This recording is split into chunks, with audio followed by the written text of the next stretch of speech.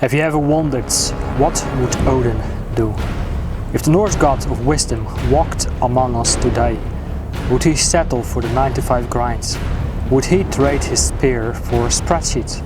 Or would he, in his true all-father fashion, walk a path of purpose, freedom and sovereignty?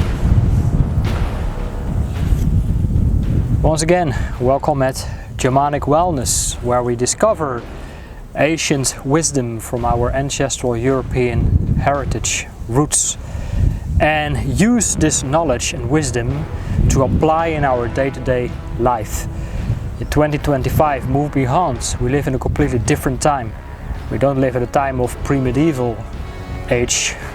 We are dealing with different kind of challenges, financially, economic, socially, politically, the things going on in society.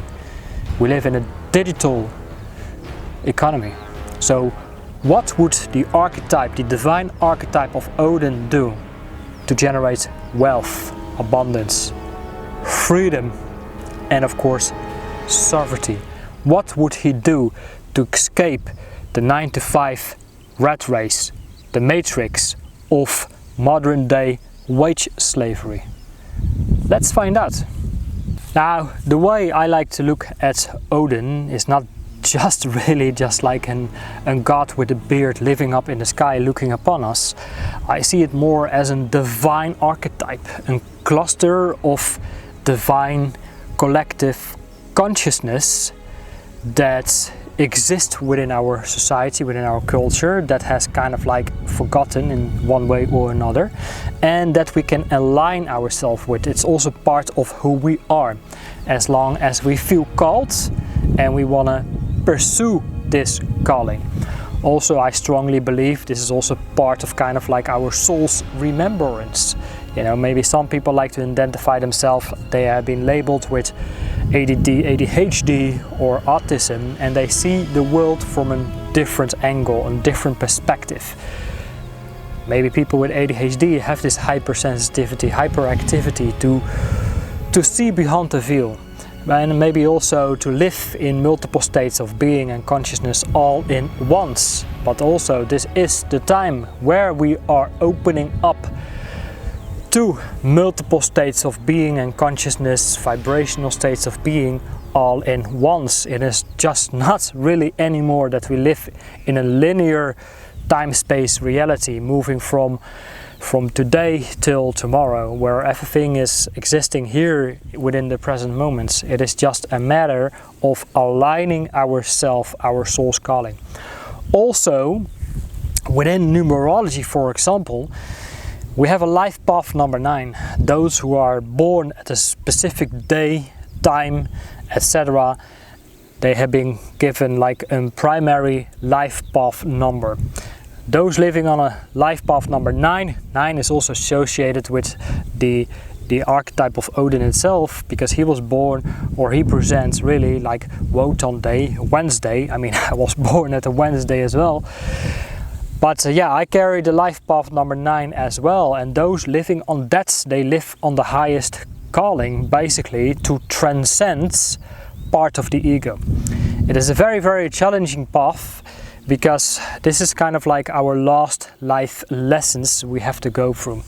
Just as Odin, he was called to transcend part of his existence, go through an identity shift or crisis and transcend part of the ego, so he could gain higher level of knowledge and wisdom. But anyway, how do we all translate it to our day-to-day reality, life, where part of us, the minds, needs to hustle, to grind, put a lot of time, energy and effort into things in order to manifest. This is our linear, time-space, third-dimensional reality. Or how can we also align ourselves with a higher state of being, a higher state of consciousness, to align ourselves and more of our soul's calling and manifest from a whole different new kind of level? Ask yourself this question first of all. Purpose-driven wealth. Why do you do to begin with? What is your why? Start with why, and the how and the what will follow. Odin never chased gold for comforts. He traveled the 9 worlds not for luxury, but for wisdom. So the whole point, the whole purpose is really like, okay, so if we think about modern day wealth, financial freedom, abundance, we think about soulless places like Dubai, for example, that has been built by sand from Australia and built up towers where over 3,000 people had to sacrifice their life to build up an artificial town out into the desert. And now a lot of people, financial traders, move there because they want to have a lot of money for the sake of having a lot of money, so they can have access and options and increase their purchase power.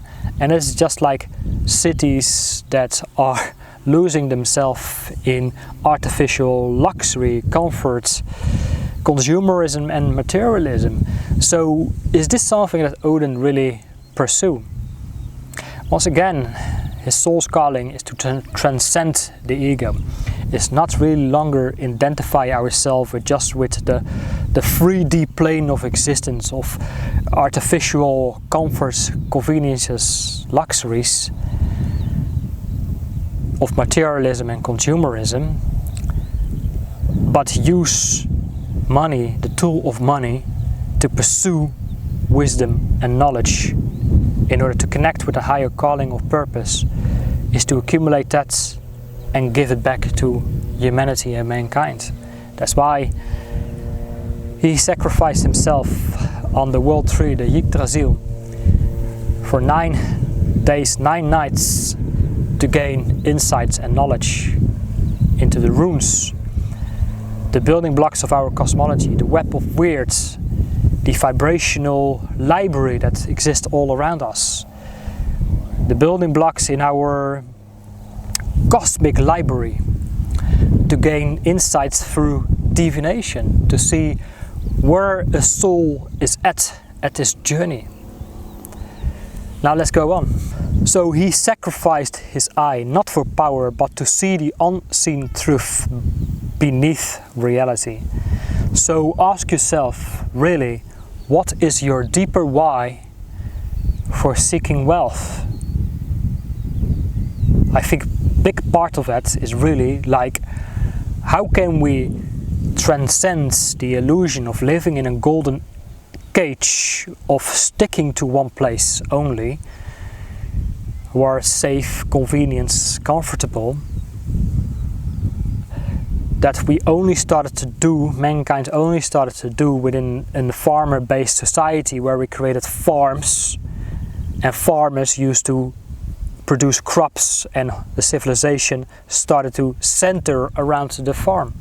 But before that, we were hunter-gatherers, we were nomads, and part of that also still exists within our DNA. So if you experience a lot of restlessness of trying to settle down at one place, maybe this is a calling for you to embrace the nomadic lifestyle. This is also part of the Odin archetype, is to venture, is to travel out into the world to gain experiences, just because through experiences you can gain knowledge and wisdom. So it's really coming back to the question, like, do you want to fund your mission, your higher calling, your purpose? Is it to serve your tribe? Is to build a community? It's like stepping into the divine archetype of the king. Is to build a legacy, a kingdom of a community, a tribe of people. Is to step into that kind of leadership. Is to create the freedom to travel and to be able to teach like Odin. So when you income, and what we think about income, we think about the financial income that we need to chase down through hustle and grinding, that is somewhere externally. We need to think really about what is really our income that we put into our mind, body, soul, spirits, because that will increase our vibration and put us into alignment with our soul's calling, and then manifest wealth, financial abundance through this resonance of wanting to serve in community, of aligning ourselves with a higher calling and purpose, to serve something of a higher good, of a greater good, to share knowledge and wisdom with the people of our tribe who resonates with that what we want to bring to mankind. Then number 2, the currency. Sacrifice is the currency of the gods. Odin gave his eye to see the unseen. True wealth requires sacrifice. So ask yourself, what is it that you need to sacrifice? And of course, it doesn't have to be your left eye or a limb or parts of your body. No, it is really like sometimes what we need to give up is old habits that drains our energy, for example, mind-numbing distractions, addictions, watching movies and Netflix till late into the evening, playing lots of video games, scrolling through social media, and the list goes on and on. Alcohol, drugs, or other kind of sexual stimulations that can drain our energy. We need to become very, very mindful of that's what is draining us and that can give us energy, and then eliminates these old habits that are not longer serving us. This is part of the sacrifice. Part of sacrifice our comfort, conveniences that keeps us stuck into a golden cage. Then the second, jobs that can make you feel safe, secure, you're hiding behind something. You took the job because you don't have full clarity of what your ideas can take you on. And you do it to pay the bills, pay rents, but is that really satisfying you? Is that really lighting you up? Is to go to a job for an X amount of hours, you get paid the bare minimum just to be there, to perform some kind of dumb-ass role that you need to do. And it gives you the illusion of safety, comfort, convenience, but it kills you from the inside out. It's a mind-numbing activity to do. It is robbing you from your joy, your life force energy, your sense of purpose and fulfillment and alignment. So maybe it is also sacrificing that golden cage of the illusion of safety, comfort, convenience, of going for security in the world. And maybe this is also what we need to give up. And I can speak from my personal experience. Sometimes I don't have everything completely clear, or I feel like I put a lot of time, energy into something and it doesn't pay off quick enough, and then I move to another, and I move to another, and I move to another, and then it doesn't work, and I go back, oh shit, I need to go back to a job, and I try to stay into a job for some time, knowing I should never be there in the first place, telling myself I need the job because I need to pay the bills and all of that kind of nonsense that we're being told is part of our 3D conditioning. And then I get into problems. I get into problems because I was never born to be in that kind of environment, in that kind of place. It is eating me from the inside out, and then I always hit a barrier, a crisis, a challenge.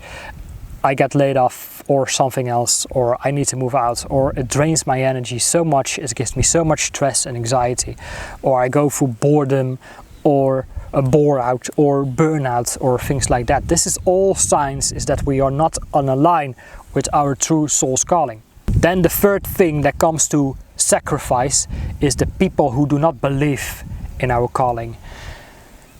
And 9 out of 10 people, they don't believe. They don't believe. They want to stick to the rules that has been given to them. So only align yourself with those who are on a similar calling than you are, who know that it takes a lot of sacrifice. You need to go through lots of suffering in order to align ourselves, or to truly remember what it is that we really came to do here. And so many people who have been through this struggle to find themselves and give up so many things in life, relationships, marriages, jobs, careers, finances, safety, security, and house, and all of these kind of like illusional states of comforts. We had to give it all up in order to find ourselves, to remember parts of our soul's calling, our essence. And everybody who is not willing to take that kind of sacrifice, we need to let them go. Sometimes it's also to limit our time with close friends, family members, especially family members. We were born into families because of a specific kind of purpose of what our soul had to learn. But sometimes it is better to to create a little bit more space for ourselves to find and to listen closely to our calling. Third, knowledge is your Gungnir. Think about Odin's spear, the Gungnir, crafted with precision and power. Now in today's world, knowledge is your weapon. We live in a time of war, not physical war, psychological and spiritual war. So knowledge and wisdom is our weapon to weaponize ourselves, to become immune to all the propaganda that is around us in the media, on social media, and all of it's part of the global amnesia of wanting to put people into sleep.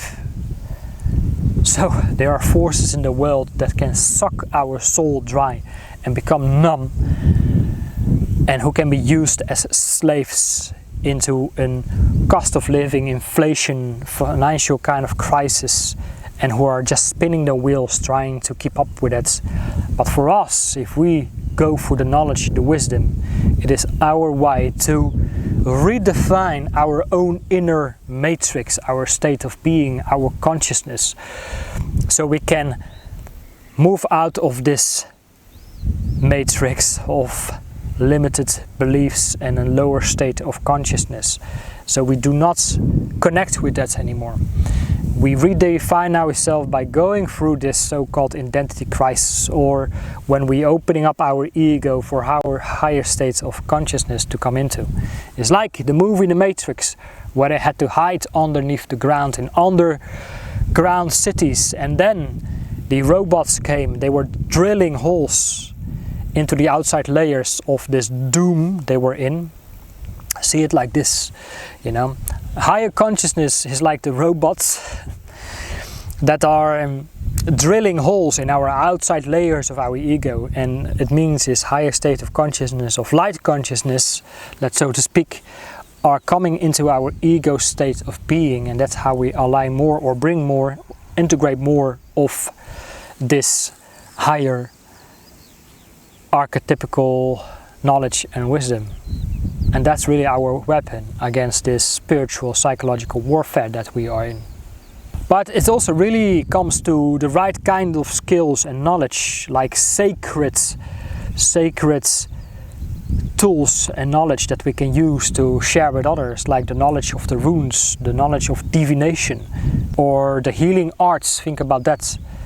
Or content creation. We live in a digital economy, so digital information, sharing knowledge and wisdom is a big part of that, of course. Sacred marketing, like how can we really market our own products, courses, services, workshops, retreats, where we can share our knowledge and wisdom in this way. And if we do not really want to create our own courses, workshops and all of that, we can start off with recommending courses from other people as an affiliate marketer and monetize our way out of the matrix in this way through collaborations, working with other influencers, creators within this space. Simply, you become unstoppable when you yield your knowledge as a weapon of light. Fourth, really, what is very, very important is the multiple streams of income. Never rely on just one income stream. I mean, from a young age, when I was in my 20s, I already realized like the corporate rat race, it was sucking my energy and soul completely dry, and I had to break out of it. I had to hustle, grind in order to make money on the internet, and I was chasing down a couple of financial opportunities which worked well for some time, but then the whole shit show crumbled down and I lost all my income stream, and that's really where I had to go through a much deeper spiritual initiation to realize, wait a minute, I am not just here to make money for the ego or for myself so I can feel safe, secure and all of that. I'm here to serve something of a greater good. And that's really what I had to learn, and I'm still learning and developing on the go through all these years.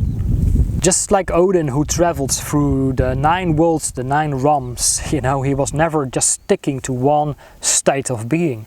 So what it refers to, you know, like the eyes here, he was connecting with divine inspiration. And then he came to Midgard, with, let that be our 3D kind of realm, and he had to be practical and realize that everything it takes time to manifest in a certain way. It's never like, okay, I have a divine inspiration, boom, it manifests instantly.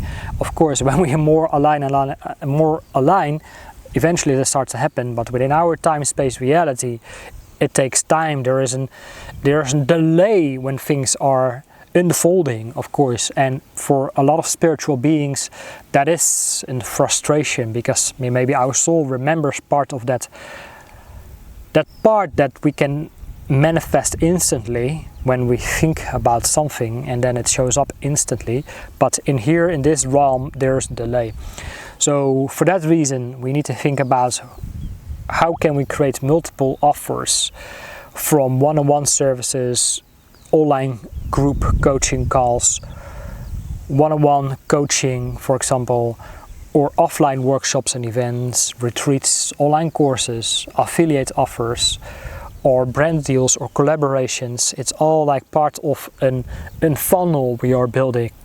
But the brand itself is where we build the trust, the know, like and trust, and then we can funnel people in through multiple offers, both of our own creations or as an affiliate. It's really like you gotta think like a god, you know, we are our own creator, and simply diversify like a king.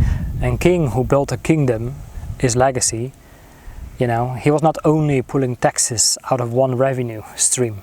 No, he found many ways to generate his tax system. So think about it in this way. What can we do for the people, and what are they willing to do for us?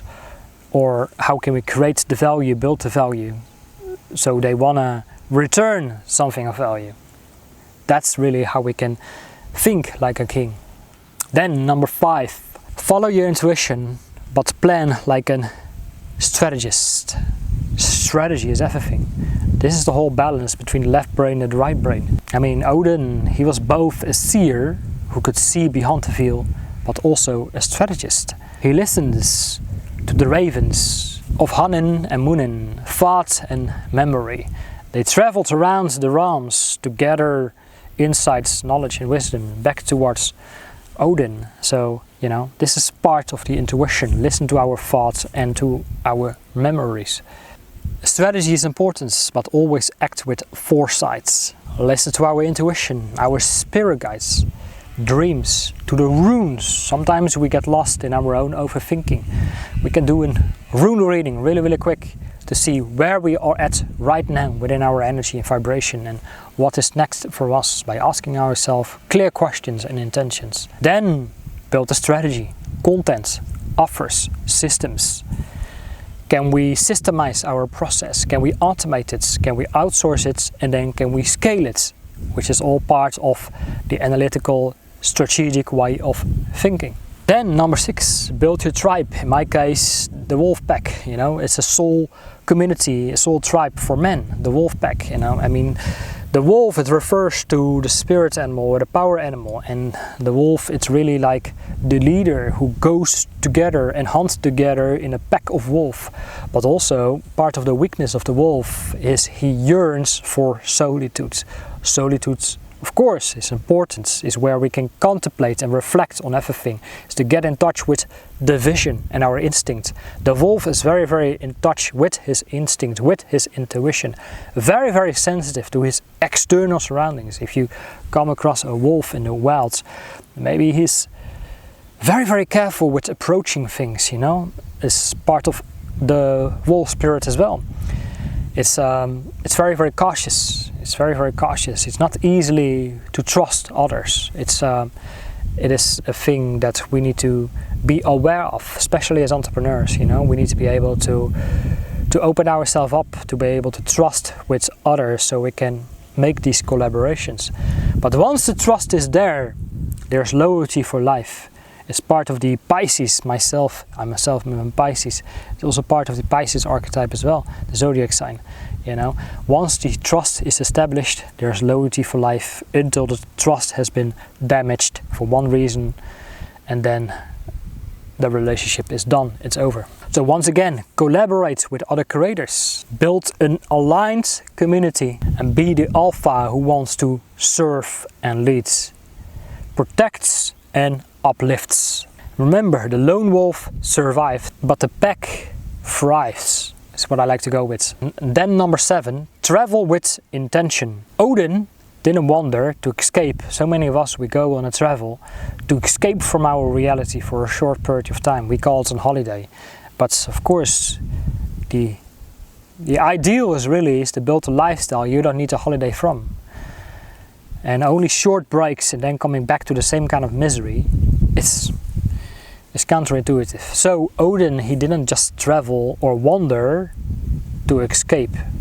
He traveled to integrate truth from every realm or every state of being or state of consciousness. When we travel, we can encounter, or the list can go on, places in South America where we can go and connect with sacred lands, sacred places, and sometimes we feel called to go to somewhere, and that can really truly uplift us. Or places in England like Stonehenge or Avebury, which I've been quite a few times, and I've shared videos about that as well on my channel. So it's really about sacred journeys, like a pilgrimage, for example.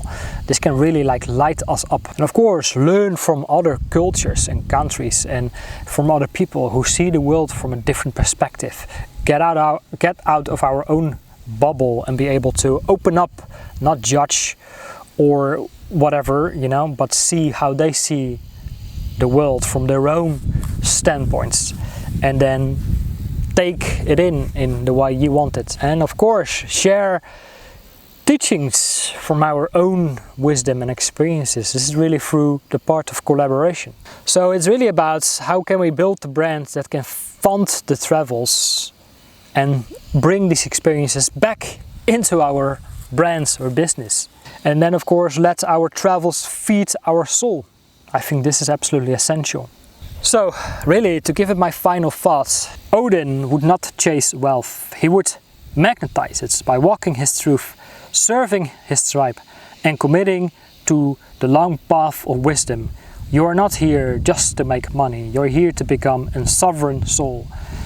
Now ask yourself, what are you willing to sacrifice to gain the wisdom that unlocks your freedom? So if this message really speaks to your soul, and I speak to the spiritual warrior who want to go after their freedom and independence and their own sovereignty, if this really speaks to you, make sure you like, subscribe, leave in comments, leave your thoughts, and let's start this conversation and let's share experiences. And then of course I'm curious, what is your deepest why to create a financial freedom?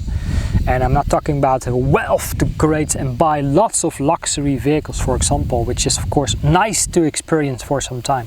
But ask yourself, what is really the purposeful why, and for what is it like a key, like a doorstep to access and kind of like social class or community? And maybe you want to gather knowledge or wisdom within that kind of community, then yeah, a luxury car can be a key to access that. Or is it just really to show off some kind of status, So ask yourself, what is really the why for getting it? So in case you want to join our Wolf Tribe, all the links will be down below. If you want to have a one-on-one session, there are options for that available as well. There will be live online workshops that I will be scheduling, where we can really further deeper connect with our essence, with our soul, through different kind of initiations and shamanic journeys. So make sure you check the links down below. And yeah, until next time, thanks for watching. Take care for now.